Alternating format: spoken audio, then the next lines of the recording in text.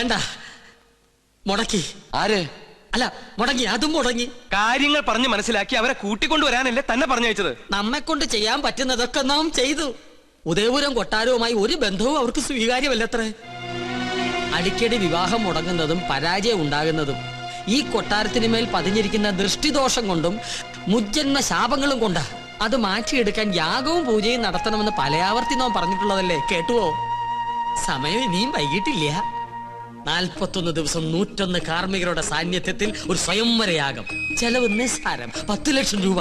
ഫലമോ സർവൈശ്വര്യങ്ങളും. അതും നോം നടത്തിയാൽ ഫലം നിശ്ചയം. പൂജ, യാഗം തുടങ്ങിയ അന്ധവിശ്വാസങ്ങൾ കൂടെ പൊറപ്പിച്ച പല രാജകുടുംബങ്ങളും തകർന്നിട്ടുള്ളത്.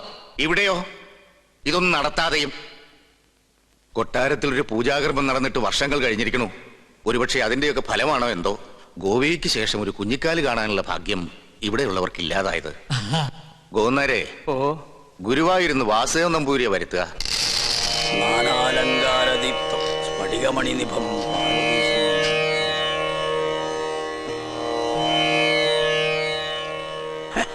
യാഗത്തിൽ ഫലസിദ്ധി കാണുന്നു. കർമ്മങ്ങൾ തീരും മുമ്പ്, അതായത് 41 നാൾക്കകം കന്യകയ്ക്ക് വരനെ കണ്ടെത്താനാവും. അപ്പൊ നാം മുൻകൂട്ടി പറഞ്ഞ തെറ്റില്ല. യാഗം നാം ഗംഭീരാക്കി തരാം.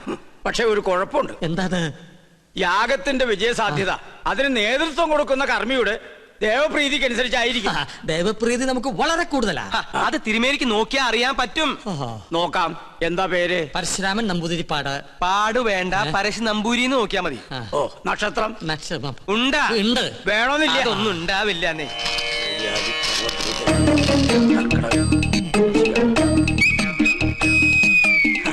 തിരുമേനിക്ക് എനിക്ക് ദേവപ്രീതി അശേഷം. ഒന്നുകൂടി നോക്ക, ഒരല്പമെങ്കിലും കാണാതിരിക്കില്ല.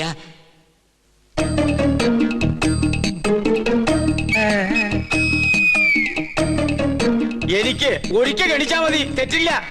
അങ്ങോട്ട് മാറി നിൽക്ക. ദേവപ്രീതിക്ക് വഴിപാട് എന്നാ പിന്നെ ഇത് വഴിപാടായിട്ട് ഇത് പിടിക്കട്ടെ. എന്റെ ഭഗവാന്, വേറെ ആരുണ്ട്? പണ്ടി കൊട്ടാരത്തിൽ ഒരു യാഗം നടത്തിയത് മണിമല മാണിക്യം ചെറിയ കൊട്ടാരത്തിൽ ബ്രഹ്മദത്തൻ നമ്പൂരിയാ. ആള് ബഹുകേമൻ, പക്ഷെ ജീവിച്ചിരിപ്പില്ലല്ലോ. ജീവിച്ചിരിപ്പില്ല. അദ്ദേഹത്തിനൊരു മകനുണ്ട്. ഇല്ല. ഞാൻ ഓർക്കണോ, അന്ന് അദ്ദേഹത്തോടൊപ്പം ഇവിടെ വരാറുള്ള 8 വയസ്സുകാരൻ കുസൃതി പയ്യൻ. എന്താ അവന്റെ പേര്? ഓർമ്മയില്ല. ഓർമ്മയുണ്ട്. ഉണ്ണികൃഷ്ണൻ. അത് തന്നെ. യാഗം പിള്ളേര് കളിയല്ല. അതിന് ഉണ്ണികൃഷ്ണൻ ഇപ്പൊ കൊച്ചുകുട്ടിയൊന്നുമല്ലല്ലോ. ഓരോ വർഷം കഴിയും തോറും ഓരോ വയസ്സ് കൂടെയല്ലേ എന്റെ മണ്ടൻ നമ്പൂരി. അച്ഛന്റെ പാരമ്പര്യം ഉണ്ണിക്ക് കിട്ടാണ്ടിരിക്കോ? ചിലപ്പോ പേര് കേട്ട ഒരു പൂജാരി ആയിരിക്കും ആ കുട്ടി. നോക്കാം.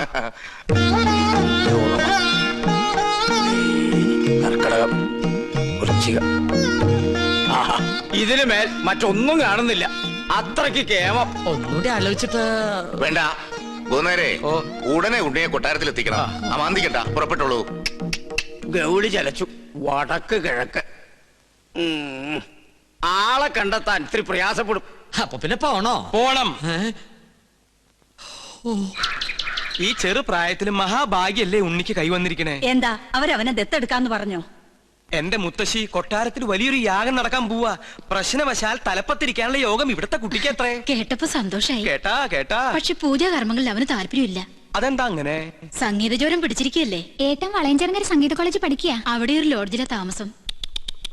ആളെ കണ്ടെത്താൻ ബുദ്ധിമുട്ടും. അത് ഗൗളി ചലിച്ചപ്പോ മനസ്സിലായി. ഏത് കോളേജിലാന്നാ പറഞ്ഞത്? വളയഞ്ചേർങ്ങര. എന്റെ മോള് പഠിക്കുന്നത് അവിടെയാണല്ലോ. ദൂരത്തിരി കൂടുതലാ. ഒരു 12 മണിക്കൂർ യാത്രയുണ്ട്. സാരില്ല, പുറപ്പെടുകയായി. ഉണ്ണിയെ ഞാൻ അവിടെ നിന്ന് പൊക്കിക്കോളാം. പൊക്കാന്ന് പറഞ്ഞാ കൂട്ടി കൊണ്ടുപോകാന്നർത്ഥം. ഇനി എന്താവശ്യത്തിനും തൃക്കേശ്വരം ഉദയപുരം കൊട്ടാരത്തിലേക്ക് ആളെ പറഞ്ഞയച്ചാ മതി. ഉണ്ണികൃഷ്ണൻ അവിടെ ഉണ്ടാവും. യാഗം ഉടനെ തുടങ്ങണേ. എന്നാ വരട്ടെ.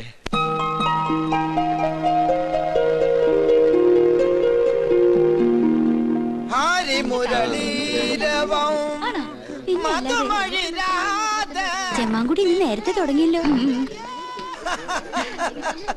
ചെമ്മാങ്കുടിയുടെ അത്ര ഇല്ലെങ്കിലും നല്ല സ്വരശുദ്ധി ഇല്ലേ? ദയവേത് സംഗീതം പഠിക്കുന്ന കുട്ടികളെ ഇങ്ങനെ കൊല്ലരുത്. സംഗീതം ഒരിക്കലും മരിക്കുകയില്ല. സാധകം ചെയ്തതാ പെങ്ങന്മാരെ. കടുത്തോളം വെള്ളത്തിൽ നിന്ന് സാധകം ചെയ്യാൻ കടുത്തോളം കടം സമ്മതിക്കണ്ടേ? അതുകൊണ്ട് ചായ അടിക്കുമ്പോ ആകാന്ന് കരുതി. ചെറുകടി എന്തുണ്ട് അച്ഛൻ ചേട്ടാ?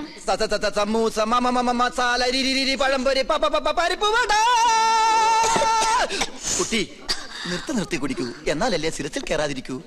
സംഗീതം പഠിച്ചല്ലോ. മുല്ല പൂമ്പൊടി ഏറ്റുകിടക്കും, അകത്തിനുമുണ്ടാകും സൗരഭ്യം. സത്യത്തിൽ ഇന്നത്തെ മത്സരത്തിൽ എനിക്കും ഒരു കൈ നോക്കണമെന്നുണ്ടായിരുന്നു. അയ്യോ അത് വേണ്ട. വേണ്ടേ? ആ ഒരു കൈ സുലൈമാൻ ഉണ്ണികൃഷ്ണൻ തമ്മിൽ നോക്കിക്കോളും. എന്നാ നിങ്ങൾ പറ, ഇന്നത്തെ മത്സരത്തിൽ ആര് ജയിക്കും? സംശയം എന്താ? സുലൈമാൻ. ആ അങ്ങനെ പറ. ഓ അവളുടെ ഒരു സുലൈമാൻ മേത്ത ചെറുക്കനെ പ്രേമിക്കാൻ നടക്കുന്ന നായരിച്ചി. വൺവേലൈനാ ഒന്ന് പോടി. നീ നോക്കിക്കോ, ഉണ്ണികൃഷ്ണനെ ജയിക്കും. വെറുതെ തർക്കിച്ച് സമയം കളയേണ്ട സംഗീതേ. ഉച്ച കഴിഞ്ഞ് അറിയാലോ വിധി. അത് നമ്മുടെ സുലൈമാനെ ജയിക്കും. ബെറ്റുണ്ടോ? 1000 rupees bet. അഗ്രീഡ്. Okay. ആന്റണിയും ശ്രീലക്ഷ്മിയും അഗസ്റ്റിനും ഒക്കെ എനിക്കെതിരാണെന്ന് അറിഞ്ഞോടിന് ചോദിക്കുക. വെറുതെ കാശ് കളയണോ? വീം പഠിക്കാതെ പാടി ജയിക്കടാ. എന്ത് തന്നെ ആയാലും ഒടുവിൽ വിജയം എന്റേതായിരിക്കും. ചെമ്പൈ സംഗീതോത്സവത്തിൽ പാടുന്നതും ഞാനായിരിക്കും. നമുക്ക് കാണാം. ആ പടാ. ഉണ്ണി, ചെയർമാൻ വിളിക്കുന്നു.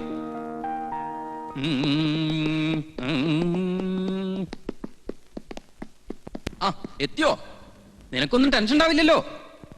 അതെങ്ങനെയാ? സ്വന്തം മക്കള് മത്സരിക്കുമ്പോ തന്തയ്ക്കും തള്ളക്കില്ലേ അതിന് ഞാൻ നിന്റെ തന്തയല്ല തള്ളയല്ല സമ്മതിച്ചു. എന്നാലും നിന്റെ കാര്യത്തില് എനിക്കിത്തിരി താല്പര്യം കൂടിക്കോളൂ.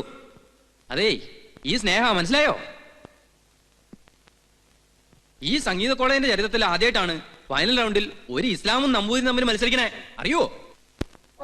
ഒരല്പം സ്വാർത്ഥം തന്നെ കൂട്ടിക്കോളൂ. അല്ലെങ്കിൽ എന്റെ സുഹൃത്തിന്റെ മകൻ എന്നുള്ള പരിഗണന. എന്തായാലും നീ തന്നെ ജയിക്കണം. ഈ മത്സരത്തിൽ ജയിക്കുന്ന ആൾക്ക് ചെമ്പൈ സംഗീതോത്സവത്തിൽ പാടാനുള്ള അവസര കിട്ടണേ. അതും മഹാരഥന്മാരോടൊപ്പം. ഈ കോളേജിൽ നിന്നും ഒരു ബ്രാഹ്മണനെ അവിടെ എത്താൻ പാടുള്ളൂ. സാർ, സംഗീതം ദേവകലയാ. ബ്രാഹ്മണർക്ക് ദേവന്മാരുടെ തൊട്ടടുത്ത സ്ഥാനം. അത് മനസ്സിലാക്കാദ്യം. അത് പറയരുത് സാർ. പ്രശസ്തനായ കഥകളി സംഗീതജ്ഞൻ കലാമണ്ഡലം ഹൈദരാലി ഏത് ജാതിയാ? ഗായകൻ യേശുദാസ് ഏതാ ജാതി? സക്കീർ ഹുസൈന്റെ ജാതി ആരെങ്കിലും അന്വേഷിക്കാറുണ്ടോ സാർ? അങ്ങനെ പറഞ്ഞ ഒരുപാടുണ്ടാവും. ഞാൻ ഇവിടുത്തെ കാര്യം പറഞ്ഞേ, നീ ജയിച്ചേ പറ്റൂ. ഒരു സംഗീത കോളേജിലെ ചെയർമാൻ ഒരിക്കലും വർഗീയവാദി ആകരുത്. ജാതി ചിന്ത വെടിഞ്ഞ് എന്നിൽ വിശ്വസിക്കുക. ഞാൻ ജയിക്കാം. അവന്റെ ആത്മവിശ്വാസം തർക്കമില്ല. അവന്റെ അച്ഛന്റെ അതേ പ്രകൃതം. പക്ഷെ എനിക്ക് പ്രതീക്ഷയില്ല. സുലൈമാൻ തോറ്റേ പറ്റൂ. വഴി ഞാൻ നേരത്തെ കണ്ടുവച്ചിട്ടുണ്ട്. സുലൈമാന്റെ പക്കമേളക്കാരെ സ്വാധീനിക്കണം. അവൻ പാടുമ്പോൾ ശ്രുതി തെറ്റണം. പെട്ടെന്ന് ശ്രുതി മാറിയാൽ എത്ര വലിയ സംഗീതജ്ഞനായാലും ഒന്ന് പതറും. അത്രയ്ക്കും വലിയൊരു എതിരാളിയാണ് സുലൈമാൻ എന്ന് എനിക്ക് തോന്നുന്നില്ല. സുലൈമാന്റെ സംഗീത പാരമ്പര്യം എന്താണെന്നറിയോ എനിക്ക്? ഇല്ല. അവൻ സംഗീത കോളേജിൽ പഠിക്കുന്നുണ്ടെങ്കിലും ഗുരുസ്ഥാനത്ത് അവന്റെ അമ്മ തന്നെയാ. ആ അവിടെ കഴിക്കാൻ എന്താ വേണ്ടത്? ഒന്നും വേണ്ടെങ്കിൽ ബോണ്ട വേണ്ടേ? ബോണ്ട വേണ്ടെങ്കിൽ പിന്നെ എന്താ വേണ്ടത്? ഒന്നും വേണ്ടെങ്കിൽ പിന്നെ മിണ്ടായിട്ടോ. കടിയുണ്ടോ? ആ കടിയുണ്ടായിരുന്നു. ഡോക്ടറെ കേട്ടപ്പോ മാറി. എന്നാലും 4 ബുൾസൈ. അവിടെ 4 ബുൾസൈ. ഇവിടെ ഉണ്ടാ. ഇവിടെ എന്താ വേണ്ടത്? ഒരു പ്ലേറ്റ് കിരീടം, ഒരു പ്ലേറ്റ് ചെങ്കോലും. കുടിക്കാനോ? നിന്റെ ചോര. കടിക്കാൻ കിരീടം, കുടിക്കാൻ ചോര. ഇതെന്താ ഡ്രാക്കുള ഫാമിലിയാ? നീ എന്തിനാടാ ഓടാൻ നോക്കിയത്? നിങ്ങൾക്ക് ചായ പറയാൻ ഓടിയതാ. ആ ചായ പറയാൻ പുറത്തേക്ക് ഓർമ്മ എന്തിനാടാ? പരിചയക്കാര് വന്നാ നല്ല ചായ ഞാൻ പുറത്തുനിന്ന് മേടിച്ചു കൊടുക്കാം, അതുകൊണ്ടാ.